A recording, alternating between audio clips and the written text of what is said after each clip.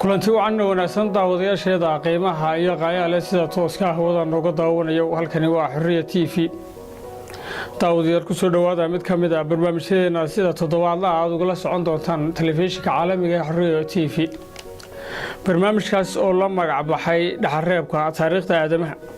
kaasoo ku soo qaadan doono hadba haldoorka kaynu aragno in uu yahay taariikh mudan xuskeeda iyo xasuusteeda in aynu halkan aan idinka soo gudbino toddobaadkan daawadayaal waxaan ku soo qaadanaynaa barnaamijkeena la xareebka taariikhda aadamaha mid kamid ah taariikhaha dunidani casriga ah qarnigii ugu dambeeyay ka dhacay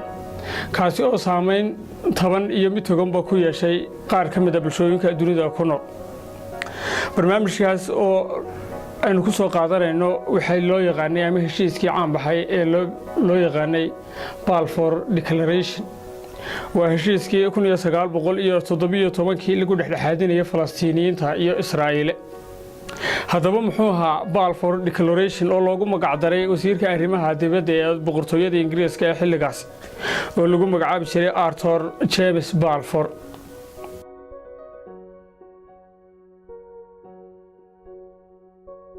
heshiiskani la magac baxay Balfour Declaration waxa uu ahaa mid dhaqan galay 100 sano ka hor balse waa mid cudurxumadii uu ka tagay ay saameynteedii weli ka taagan tahay bariga dhexe qorshahani oo ahaa mid lagu dhexdhexaadinayo Falastiiniyiinta iyo dadka Yuhuudda ah ayaa noqday qori dable oo lagu dhex tuuray Israa'iiliyiinta iyo Falastiiniyiinta kaasi oo aan noqon sidii la filayay balse abuuray xasarad ilaa maanta loo taag iyo maaral ay yahay ee ka taagan bariga dhexe haddaba sidee waraaqdan heshiiskani oo ka kooban 67 kelmadood ay u abuurtay colaadda dabada dheeraatay ee bariga dhexe ka taagneyd muddadaasi ku siman qarniga iyo dheeraadka 100 sano ka hor ayay ahayd xilligii uu wasiirka arrimaha dibadda dalka Ingiriiska ee lagu magacaabi jiray Arthur James Balfour uu ku dhawaaqay heshiiskani bedelay wajigii siyaasadeedkii bariga dhexe kaasi oo loogu magac daray isaga loona bixiyay Balfour Declaration ama qorshihii Balfour qorshaha waraaqdani oo ay dawladda Ingiriisku si rasmi ah ugu dhawaaqday labadii bishii 11aad ee 1917 ayaa ujeedadiisu ahayd in dal gaar ah loogu magacaabo State of Israel ama dawladda Israa'iil oo ay leeyihiin dadka ku abtirsada Yuhuud taasi oo noqotay mid khilaafka ay abuurtay uu maanta ka jiro bariga dhexe gaar ahaan dhulka loo yaqaan Falastiin halkani waa hotelka lagu magacaabo American Colony Hotel waa halka uu ka dhacay udubdhiga qorshahani iyadoo ay qarni ka hor ku shireen ergadii go'aaminaysay maalmarinta qorshahani hotelkani waxa uu jaadgooni leeyahay dhagarta qarsooneed ee ay sida qarsoodiga ah u maleegeen wadamada reer galbeedka iyadoo ay goobtani noqotay mid kaalin mug leh ka qaadatay khiyaamadii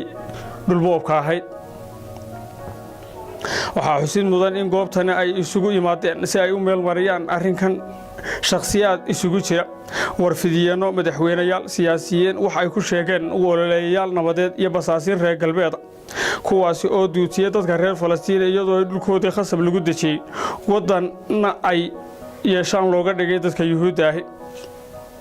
hotelkan ayaa ku yaal bariga magaalada Qudus oo hadka kala qaybiya dadka Yuhuudda ah iyo Carabta ee ku wada dhaqan magaalada inkastoo ay awoodda maamul ee magaalada Qudus ay gacanta ku hayaan ciidamada Israa'iil goobtani oo loo aqoonsaday hoyga xasarada ee dunida maadaama ay qarni iyo dheeraad ay mashquulin xagga dhulka ah ka taagnaayeen ayaa kulmisay labada nin ay goobtani oo loo aqoonsaday hoyga xasarada ee dunida maadaama ay qarni iyo dheeraad mashquulin xagga dhulka ay ka taagnaayeen ayaa kulmisay labada nin oo ay kulmisay taariikh iyo waaqiciyad siyaasadeed oo ismaandhaafsani kuwaas oo muddo 30 sano ah bahwada ku ahaa inay ka shaqeeyaan hotelkan American Colony Hotel ay khiyaamada xumi ka dhacday Jeremy wanan asalkiisu ka soo jeeday Yuhuudda degtay magaalada Qudus halka uu Axmedna yahay Carab Falastiini ah oo ka soo jeeda Carabta degtay magaaladani heshiiskani oo taageero u ahaa waxa loo yaqaan Sahyuuniyadda waxa uu ku soo beegmay xilli ay qaramada midoobay ku wareejiyay dawladda Ingiriiska maamulka dhulka Falastiin taasina waxay ka cadhaysiisay dadka Carabta ah oo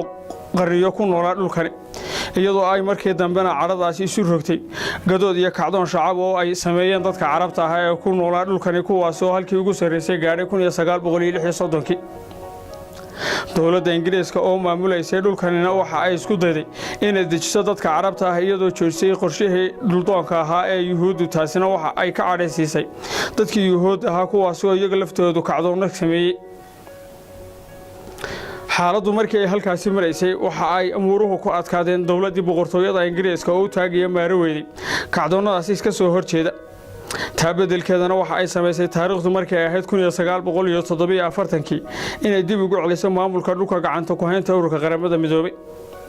mar labaad waxaa furka tuuray dadkii carabta ahaa oo si cad uga soo horjeestay qorshahani ee dowladda ingiriisku dib ugu celinaysa maamulka dhulkan ururka qaramada midoobay.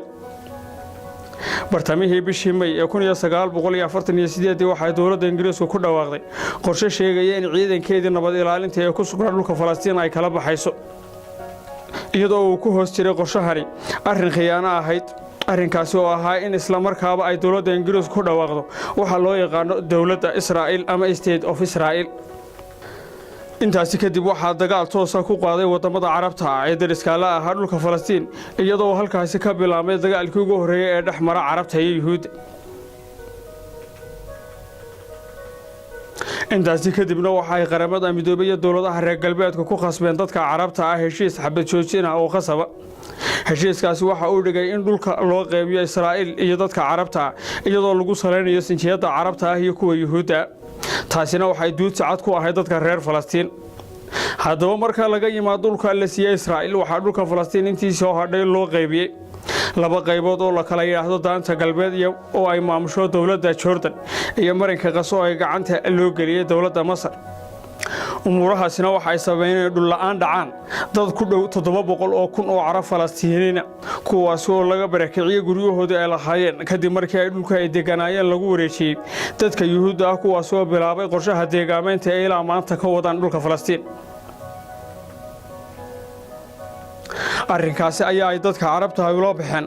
nakba oo ay ula jeedaan masiibo ama catastrophe.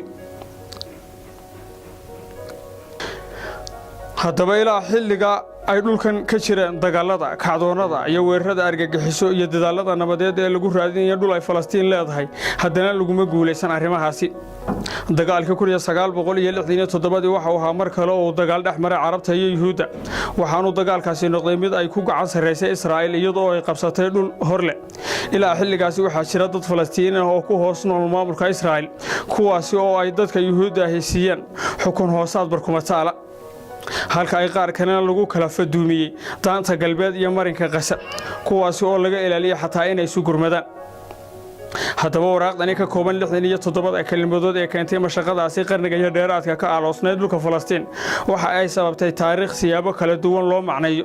inkastoo iska cadahay inay tahay mid boob dhuleed u sameynaysa dadka Israa'iiliyiinta.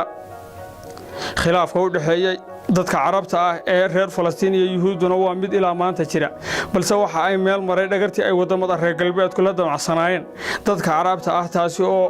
ah in dhul iyo dowlad gaar ah loo sameeyo dadka yuhuudda.